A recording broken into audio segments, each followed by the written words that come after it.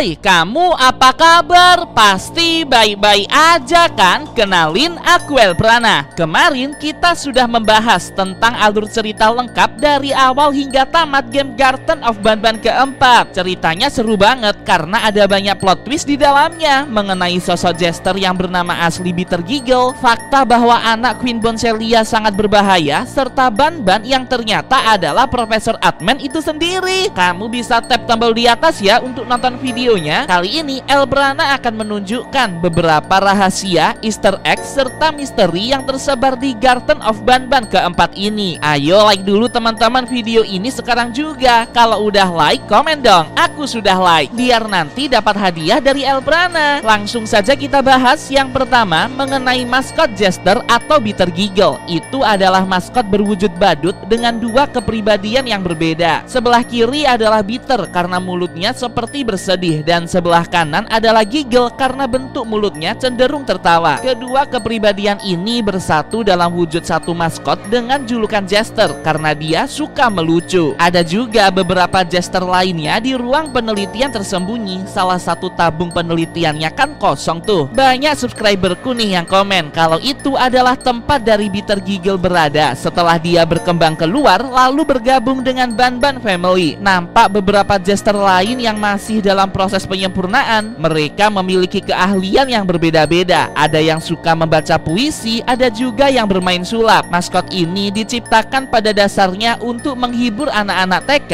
dengan kemampuan entertainmentnya. Tahu nggak kalau di awal permainan saat kita menuju stasiun pertama kali ada sosok Bitter Giggle yang mengintip dari balik persimpangan jalur. Coba deh tulis teori versi kamu di bawah. Kenapa Bitter Giggle mengintip? Kalau menurut Elprana, Bitter Giggle sedang memantau pemain dan Sheriff Thatcher untuk mengetahui celah agar dapat pergi menuju Queen Boncelia. Kalau menurutmu gimana teman-teman? Yang kedua mengenai fakta Profesor Atman yang adalah Banban itu sendiri. Berdasarkan teori para fans, Profesor Atman adalah kepala penelitian nih yang bekerja sama dengan Yayasan TK untuk menghidupkan maskot-maskot mereka. Ini diperlukan agar TK semakin terkenal dengan keberadaan maskot hidup yang dapat berinteraksi. Biasanya seorang peneliti yang sangat paham dengan keilmuannya memiliki ambisi luar biasa untuk melakukan berbagai macam eksperimen gila. Profesor Atman penasaran apa yang akan terjadi apabila kita menciptakan maskot dari campuran gen manusia dengan Givanium. Karena eksperimen yang melibatkan manusia itu sangat berbahaya dan juga ilegal, akhirnya Profesor Atman menyodorkan dirinya sebagai percobaan pertama penggabungan gen manusia dengan Givanium. Dan jadilah sosok Banban tersebut. Ternyata hal ini malah menyerangnya balik. Pertama, efek samping Givanium pada tubuh manusia menyebabkannya susah untuk mengontrol kesadaran. Sehingga ada mode lain nih, seperti mode iblis yang bisa muncul kapan saja dan mengambil alih tubuh Profesor Atman. Yang kedua, dari cerita sebelumnya, rekan-rekan peneliti Profesor Atman ternyata mengkhianatinya dan tidak menghormatinya lagi. Elprana tuh curiga, jangan-jangan seluruh kekacauan di TK, mulai dari penculikan anak-anak, percobaan-percobaan gila lainnya, sebenarnya adalah rencana rekan-rekan Profesor Atman yang melenceng dari tujuan utama mereka. Gila sih, pasti eksperimennya ilegal banget. Jadi untuk sementara Elprana berprasangka bahwa Banban adalah pihak yang baik karena dia mencoba untuk memperbaiki semua kekacauan bersama pemain. Jikalau kadang dia menjadi jahat dan menyerang pemain, itu karena dia lagi ada di dalam mode iblis yang memang susah banget untuk dikontrol. Yang ketiga, kenapa ada susu Charles di Garten of Banban keempat? Terlepas dari fakta bahwa Euphoric Brothers berkolaborasi dengan Two Star Games, kita bisa loh menarik sebuah teori yang cukup masuk akal dari cerita ini. Kamu ingat saat di chapter ketiga kemarin, Stinger Flynn banyak memberikan penglihatan akan masa lalunya kepada pemain? Garis besarnya adalah Stinger Flynn merupakan ubur-ubur yang ditangkap dari lautan lepas lalu disuntikkan cairan Givanium. Dari eksperimen gila ini, tubuhnya membesar nih dan memiliki kemampuan otak selayaknya manusia. Percobaan itu kan pasti bakal lama banget. Stinger Flynn ini stres dan sering menggerutu. Dia menyesal karena hidupnya kini terjebak di fasilitas penelitian dalam waktu yang lama. Dia ingin bebas seperti saat masih ubur-ubur di lautan lepas. Di chapter keempat kemarin, Stinger Flynn kembali menggerutu nih. Dia curhat tentang keputusasaan yang selama ini ia alami karena seumur hidup tidak akan bisa bebas keluar mengejar tujuan hidupnya. Bisa disimpulkan, semua lokasi yang memperlihatkan Banban Family berteori sedang ada di luar, seperti di pantai, padang gurun, ataupun hutan belantara kemarin, adalah ekosistem buatan super luas yang memang sengaja diciptakan oleh fasilitas penelitian untuk mengobservasi setiap maskot-maskot ini secara holistik. Memang terlihat seperti alam pada umumnya, namun Stinger Flynn tahu kalau itu hanya buatan. Dia dan juga Ban-Ban family lainnya tidak akan pernah bebas keluar dari fasilitas tersebut. Ekosistem tersebut juga diciptakan sebagai sarana hiburan bagi objek penelitian agar mereka tidak jenuh selama menjalani eksperimen. Nah, susu Charles ini juga hasil eksperimen para peneliti yang memang dibebaskan dengan sengaja di ekosistem hutan belantara tadi. Ada juga loh yang berteori, subscriberku bilang setelah berhasil kabur dari fasilitas penelitian itu, susu Charles pergi menuju pulau di tempat game aslinya berada. Jadi kedua game tersebut saling berhubungan. Coba deh kamu tulis teori versi kamu lagi di bawah ya, nanti aku akan beri hadiah. Yang keempat, mengenai ruang rahasia. Masih ingat dengan pertarungan Ban-Ban dan Nap-Nap? Di situ kan ada Mr. Kebabs tuh. Ternyata di baliknya terdapat sebuah tombol yang jika ditekan akan membuka locker dengan keycard hijau di dalamnya. Kita dapat menggunakan keycard tersebut di lobi sektor ventilasi, dan di dalam ruangan rahasia ini ada sebuah gambar maskot misterius berwarna merah dengan banyak tangan di tubuhnya. Itu adalah Siringeon. Diduga Siringeon ini adalah maskot dengan kemampuan untuk melakukan operasi atau reparasi. Terlihat dari telapak tangannya berupa alat-alat medis dan perbaikan, sehingga bisa dipastikan dia dapat memperbaiki ataupun menyembuhkan maskot-maskot lain yang sedang rusak ataupun terluka. Ada sebuah fakta yang cukup mengejutkan. Siringeon ini tercipta tanpa adanya campuran gen makhluk hidup lainnya. Dia adalah kombinasi beberapa unsur Givanium yang dipadatkan. Kalau menurut kamu nih, kemampuan Siringeon ini apaan? Tulis ya versi kamu di bawah. Yang kelima, mengenai kode rahasia di QR Code dalam dokumen penelitian. Setelah El Prana scan dan menatanya sesuai urutan, ternyata itu adalah sebuah kode yang mengarah pada video rahasia Euphoric Brothers di YouTube. Dalam video tersebut terdapat teks yang ngeglitch yang berkata seperti ini: "Kamu adalah penyelamatku. Terima kasih. Aku dan teman-temanku akan kabur dari penjara ini. Akan ada kekacauan. Pertarunganku bukan denganmu." Ini adalah peringatan. Wah, misterius sekali ya. Kalau menurut El Prana, pesan ini berasal dari The Naughty Ones, alias sosok di dalam kantong Queen Boncelia yang selama ini dijaga agar tidak keluar. Saat berhasil keluar, sosok Naughty Ones akan melakukan banyak sekali kekacauan. Mereka berterima kasih kepada Bitter Giggle karena sudah membantunya keluar dari kantong ibunya. Mereka juga berkata kalau Bitter Giggle tidak akan dianggap sebagai musuh. El Prana menyimpulkan video rahasia di channel Euphoric Brothers ini merupakan sebuah kode dari The Naughty Ones yang ditujukan kepada Bitter Giggle. Duh, El Prana jadi penasaran deh wujud asli dari The Naughty Ones ini, teman-teman. Kira-kira wujudnya bakal sama seperti kanguru atau hewan lain ya? Coba tulis versi kamu di bawah. Jadi gimana nih teman-teman menurut kamu? Apakah ada teori versi kamu atau mungkin analisis lain mengenai setiap Easter eggs dan juga teori yang ada di Garden of Ban-Ban keempat ini? Jika ada, jangan sungkan tulis di kolom komentar. Oke deh teman-teman, sampai jumpa.